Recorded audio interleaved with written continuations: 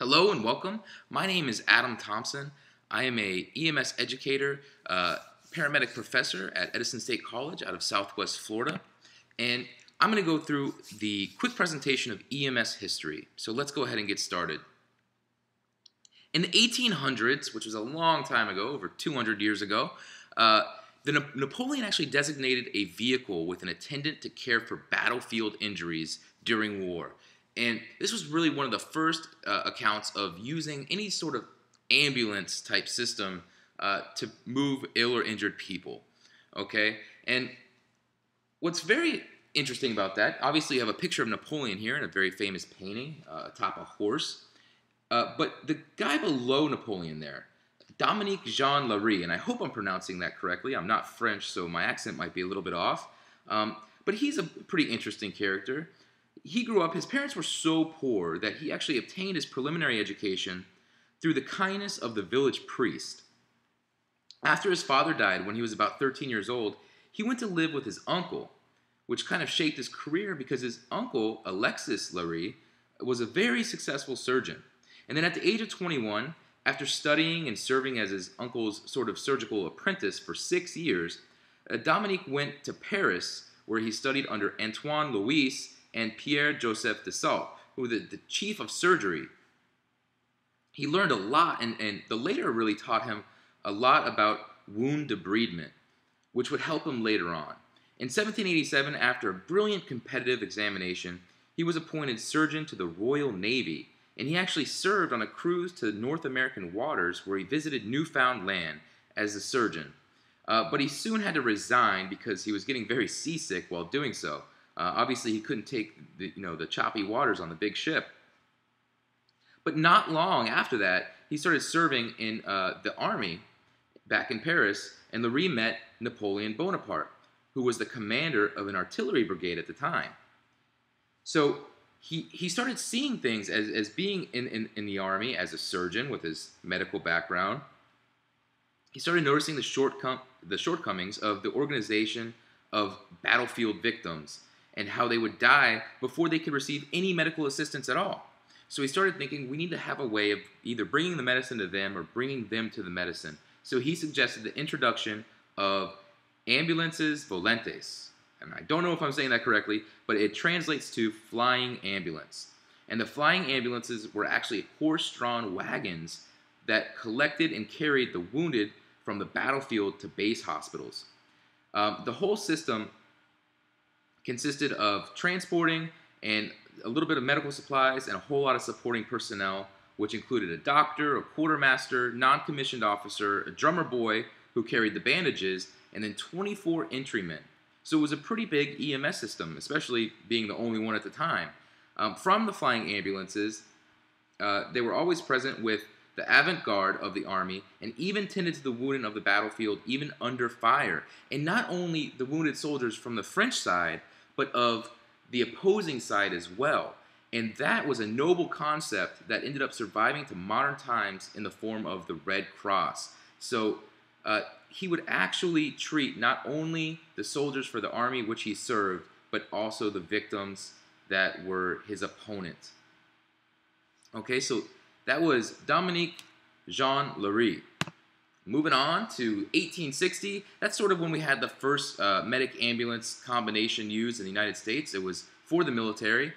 There's the American flag at the time.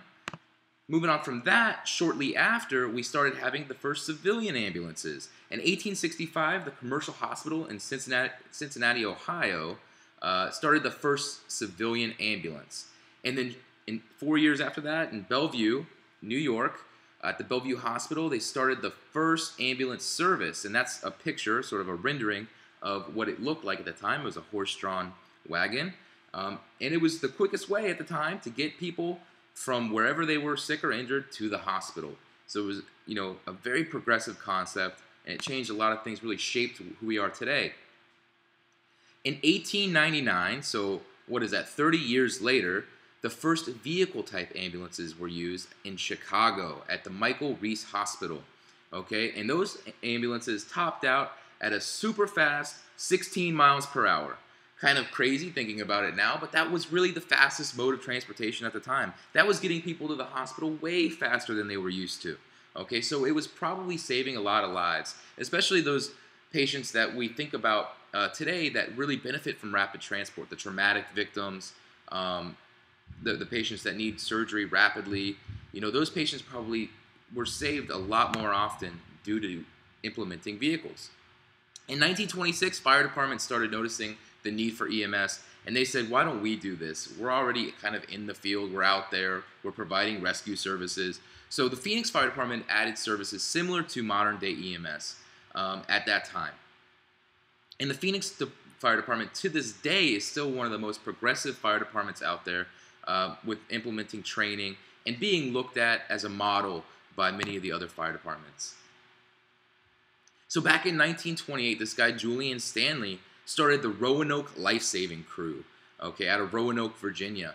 And it's kind of a cool concept. Again, they're using vehicle-type ambulances, and he stocked these things. If you look at that thing, I mean, you can't even imagine where you would fit a patient in there, but it had oxygen, it had all these, you know, probably considered quack devices now, but they were advanced medical devices at the time. But, you know, he trained personnel to provide different types of first aid services, and it was, again, one of the most progressive things at the time. In 1940, or the 1940s, EMS kind of went to the wayside as its own thing and started being adopted by police departments and fire departments. It was almost universal that it was run by fire departments and police departments. And you also had funeral home personnel who would transport patients because they had hearses, right? And you could fit a human body in a hearse. That's what it's for. Now, usually it's a dead body, and maybe sometimes they would make a U-turn from the hospital back to the funeral home because they wouldn't make it there in time. But if you think about those patients that were, again, transport is the most important thing, they probably did save a lot of lives by putting people into their hearse and driving them straight to the hospital. They didn't have a whole lot of room back there, so they didn't really provide any medical care, and they didn't have the training to go with it. But hearses were commonly used by funeral home personnel, and then that kind of went on later on. We know that there was hearses used as ambulances later on as well. In 1951, during the Korean War, helicopters actually started bringing patients from the battlefield to mobile Army surgical hospitals, or MASH units. And this is really the inception of using helicopters as a means for transport. Now we know there's helicopters everywhere to transport patients to the hospital. Maybe too many, actually. But if you think about where it came from, it was these MASH units and hospitals in the military. These helicopters would get patients from the battlefield directly where they were injured, directly to the hospital. And it was a very progressive thing again. And the military is kind of where we get a lot of things to this day. A lot of what we do, if you think about tourniquets and how they've come back around, that is because of the use of tourniquets in the military. With all the IED attacks that happened during the Iraq and Afghanistan wars, you definitely had a lot of tourniquet use, and they proved to save lives. If you look at what they did in Boston, the evidence is undoubtable. Moving on to the 1950s and 60s, this is more European history. They started using MICUs, which are mobile intensive care units. So taking the ICU and putting it in a truck. And they were staffed by trained physicians. And the U.S. looked at this system and really wanted to implement something like it. But unfortunately, logistically, putting a physician in every ambulance is kind of a difficult task. And, there might not be so many that actually wanted to do it. Every paramedic knows or has heard a physician say, "I could never do your job," to a paramedic, which is a great thing to hear because it's true. They don't want to go into these people's houses or go into the field and have to do what we do out in the field. They're used to their nice, safe environment, and everybody understands that because that's what they're trained to do. So it didn't really take over too well in the U.S. Might have been tried a little bit, but not so much. So moving on. 1965, very important date for EMS because that's when the National Academy of Science and the National Research Council released the White Paper, the EMS White Paper, which was the Disability Act that kind of showed that, you know, Americans need EMS. It outlined so many different things that were going to play a big part in our future for providing EMS services and looking at EMS as something that needs to be provided by the government or sanctioned by the government and regulated by the government, and let us know. If you look at the white paper, it states that in 1965 there were actually 52 million accidental injuries. That is a crazy number. Of these accidental injuries, there were 107,000 people killed, 10 million disabled, and 400,000 permanently impaired. The estimated costs were $18 billion. And if you think about it, this was because of cars. You know, a lot of it was automobile accidents, traffic accidents. Cars were getting faster. Remember cars back then in the 60s? I mean, these things were big, fast, muscle cars made of solid steel. Not so many airbags. They didn't really care about safety back then. So a lot of people were getting into car accidents, and you were having a whole lot of injuries and a whole lot of people killed. There were 49,000 motor vehicle crashes, resulting in death, or about 24.9 per 100,000 people in 1965. In 2006, there were only 44,700 compared to the population back in 1965. That is a big drop from 1965 to 2006. It dropped to about 14.2 per 100,000 people. So this EMS white paper really helped out with the inception of EMS being accepted by the government, needing to have its own authority. And that's where we get to in 1966, the National Highway Safety Act was instituted, and it gave the Department of Transportation the authority to oversee EMS, and it was sort of the inception of 911. Now, people started using 911 to get their EMS system. So now we have the DOT, which was fitting at the time. Again, if you think about where the research was going, they were having a lot more deaths and disabilities due to car crashes, so let the Department of Transportation take this over. In 1969, another very important date, Dr. Eugene Nagel out of Miami, Florida, sort of considered the father of modern-day paramedicine. He said, we can teach these practitioners in the field to provide advanced care. And he was talking about IVs. He was talking about EKG interpretation, intubation, things that were never thought of to be done by anybody but a doctor back then, right? So he got with the chief of the Miami Fire Department, who really liked the idea of, you know, bringing some more first aid, some more medical care out into the field and training his guys. So he did that, and he started training paramedics. I mean, this was really the first paramedic during the Dr. Eugene Nagel days.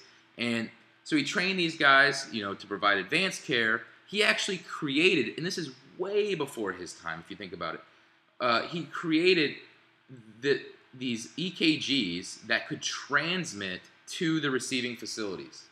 In 1969, he created EKGs that could transmit the EKG to a receiving facility. That sounds crazy to me. There's still EMS agencies out there that cannot transmit to the receiving facilities.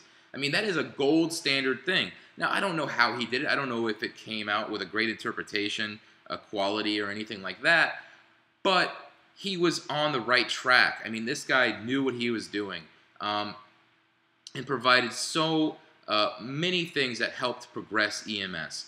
So if you remember the name Dr. Eugene Nagel, he actually went in front of the board at the time and allowed paramedics to come in and start IVs on him in order to get this training program approved, this paramedic level approved by the governing authorities. So it was really a cool, you know, thing to think about, and how he progressed EMS. Moving on to the 1970s, so much happened in the 70s. I mean, you had the white paper happen in the 60s, then you had the DOT take over, and then in the 70s, you get the National Registry of Emergency Medical Technicians. You get the first EMT textbook from the American Academy of Orthopedic Surgeons, the Nancy Caroline book as we know it now. In 1973, you had the EMS System Act, which led to the EMS guidelines in 1974. And then in 1979, emergency medicine actually became a specialty. Emergency medicine was now accepted, and the American College of Emergency Physicians was created. And that's huge, because if you think about what ER physicians were back then, I mean, they were kind of this hodgepodge of any specialty. Maybe you'd have an OBGYN one day would be an ER physician, maybe a pediatrician, maybe an internist or an intensivist, or whatever, specialty decided to come down for the day. Or maybe it was that doc that was ready for retirement and he was just kind of working out his last few days in the emergency room. But it was nothing like it is today. And now having emergency medicine be its own residency and having ER physicians who do a residency in emergency medicine, it's huge. I mean, they get board certified in what we do, provide emergency care. And that is a big part of EMS systems. Moving on, 1977, that's when we got our first national standard curriculum for paramedics, advanced life support providers. And it was developed by the United States Department of Transportation. And then in the 1980s and 90s, you had a whole lot done by the National Highway Traffic Safety Administration. They are who govern EMS. That is the subdivision under the DOT who does everything for EMS. And that's where we get a lot of our regulations from. I mean, all of it really, other than the state departments of health and state agencies. So that's really the EMS-specific history. But a lot of stuff happened way before then that led up to the inception of EMS. So stick around for this next part. We're going to talk about the history of resuscitation.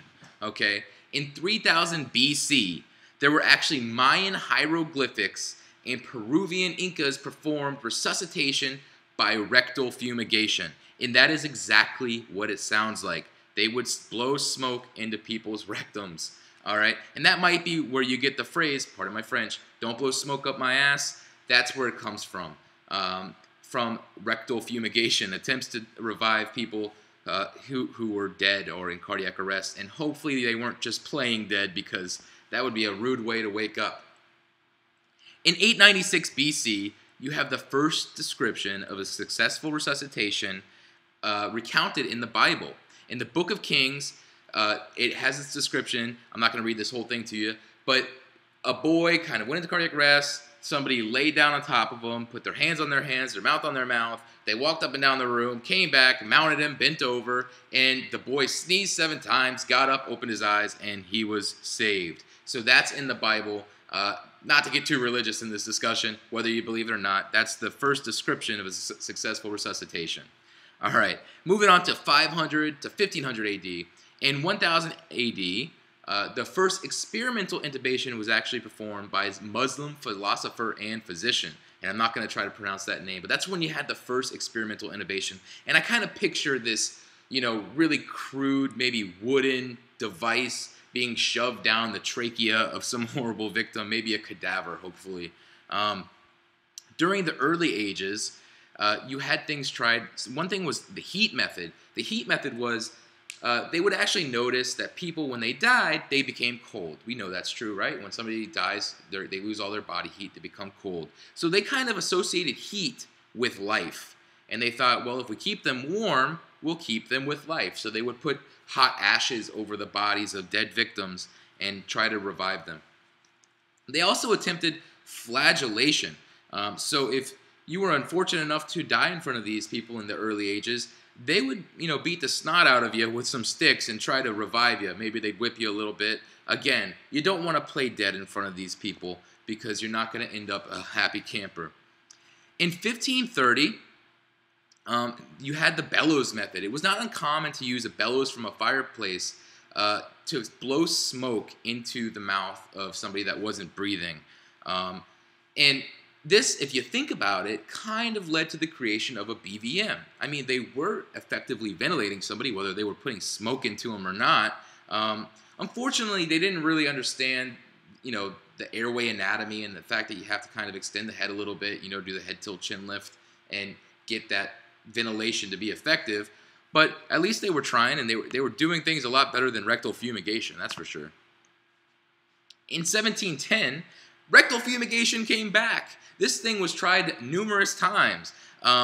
This attempt, they would blow smoke into an animal bladder and then take that smoke and blow it into a dead person.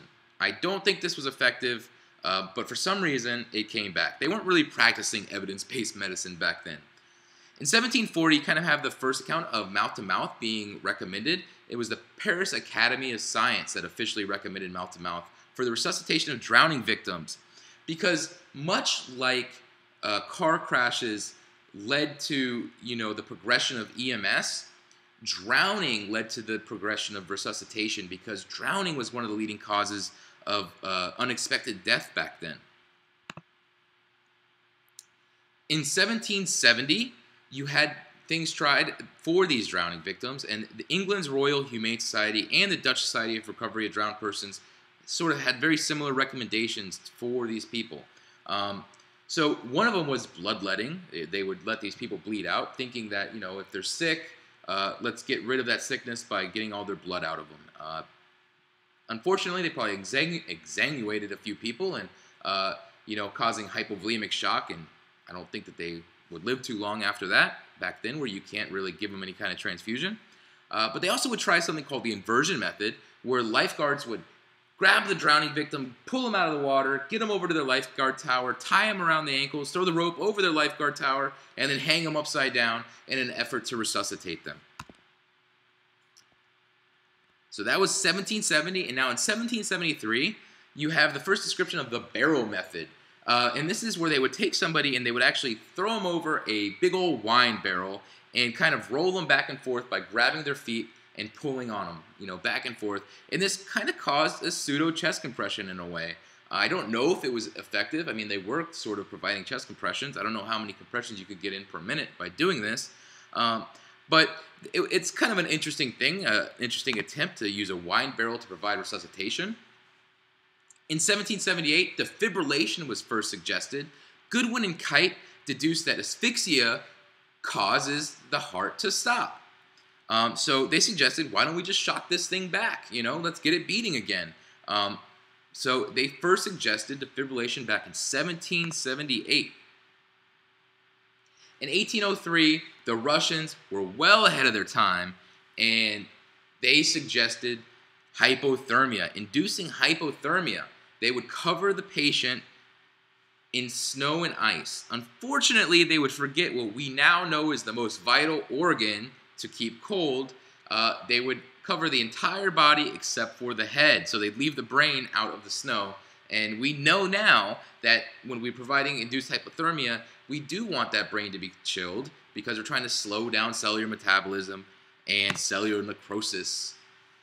Okay, moving on to 1812, you have the Trotting Horse method. This was an interesting method. Lifeguards would actually tie these horses up to their towers, and whenever they had a drowning victim, they would remove them from the water, they would hoist them over the horse, and kind of trot them up and down the beach. Unfortunately, this procedure was banned across the United States in 1815 because of complaints by citizens for clean beaches. I guess the horses were leaving horse piles all around the beach, and people weren't appreciating it too much, and they weren't really seeing the benefit of the horse anyhow. The priorities were clean beaches.